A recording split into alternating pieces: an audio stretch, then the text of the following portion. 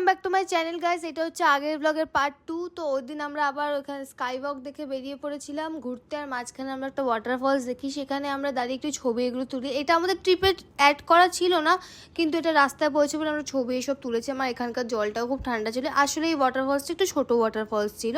তারপরে আমরা আমাদের মেইন জায়গার উদ্দেশ্যে তাড়াতাড়ি করে বেরিয়ে পড়ছিলাম। আমরা গেছিলাম আগে অরেঞ্জ গার্ডেনে, আর ওই অরেঞ্জ গার্ডেনের মধ্যে দিয়ে ছিল রিম্বি রিভার, আর ওইখানেই ওয়াটারফলসটাই ছিল অ্যাকচুয়ালি। আর এত সুন্দর ছিল ওয়াটারফলসটা, রিভারটা মানে এত বড়, সেটাকে ক্যাপচার করা মুশকিল ছিল, কিন্তু খুবই মজা এসেছিলো। মানে মোবাইলে দেখা রিয়েলে ফিল করা জিনিসটা খুব আলাদা, আমার তো খুবই ভালো লেগেছে। আর তারপরে খেয়েছিলাম আমরা ওখানকার বেস্ট মোমো অ্যান্ড কফি। খেয়ে আমরা তাতে করে বেরিয়ে গেছিলাম আরেকটা লোকেশনের উদ্দেশ্যে, কারণ কি আমাদের ওই দিন অনেক জায়গা ভিজিট করার ছিল আর অনেকটা টাইম হয়ে গেছিলো।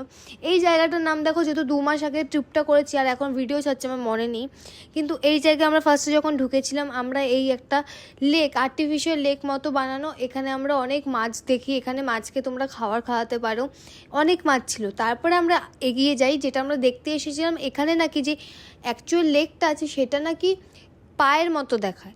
এবার সেই কারণে আমরা দেখতে এসেছিলাম, কিন্তু ওইখানে গিয়ে আমরা অমন কিছুই দেখতে পাইনি, কারণ কি ক্লোজ দাঁড়িয়েছিলাম। লেকটা হয়তো উপর দিয়ে ওরকম দেখায়, আর আমরা কিছু বুঝতে পারিনি দেখে।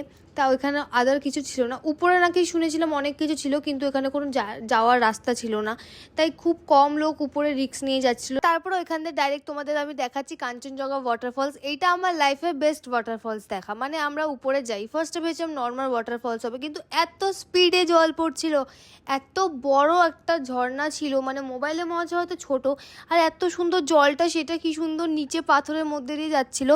আর বলে দিই এই জায়গাটা যাওয়াটা খুব রিস্কি, কারণ কি পাথরগুলোর উপর স্লিপারি হয়ে থাকে।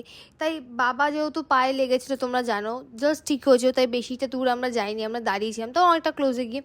জল পুরো মুখে ছিটে আসছিল অত দূর থেকে, ঠান্ডা জল, পুরো ওয়েদারটা মানে আলাদাই ছিল।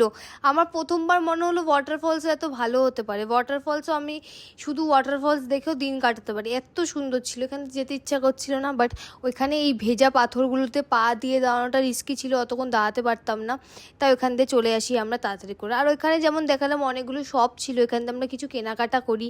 তারপরে আবার ওইখানে বাবার খিদে পেয়ে গেছে, তো বাবা মোমো খেয়েছিল, আমি খাইনি, কারণ কি ভেজ মোমো আমি খুব একটা পছন্দ করি না। তো ওইখান থেকে খেয়ে দিয়ে আমরা আমাদের ট্রিপটা ওই দিনের মতো ওইখানেই শেষ করি। আজকের ট্রিপটা অনেকটা বড় ছিল, তাই আমাদের 5টা বেজে গেছিলো এখান থেকে বেরাতে। পুরো ওয়েদারটা এত সুন্দর মেঘে ঢেকেছিল, আমার তো খুব ভালো লাগছে। তারপর আমরা ফ্রেশন আপ হয়ে হোটেলে গিয়ে ঘুমিয়ে পড়েছিলাম, তারপর রাতে উঠি।